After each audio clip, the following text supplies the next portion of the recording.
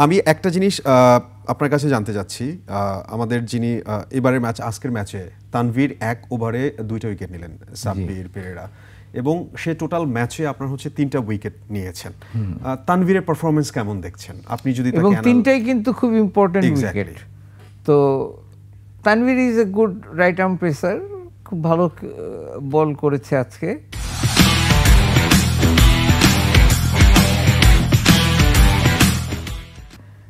কিন্তু I was expecting more from him আর কি। মানে 3টা উইকেট ইজ নাথিং, মানে তুলনামূলকভাবে আপনি যদি বিচার করেন। তবে আজকের ম্যাচে তাও সে সর্বোচ্চ উইকেট শিকারী, তো সেই হিসাবে আপনাকে তাকে তো একটু শাবাশি দিতেই হবে, কোনো মানে উপায় নাই এটা না করে আর কি।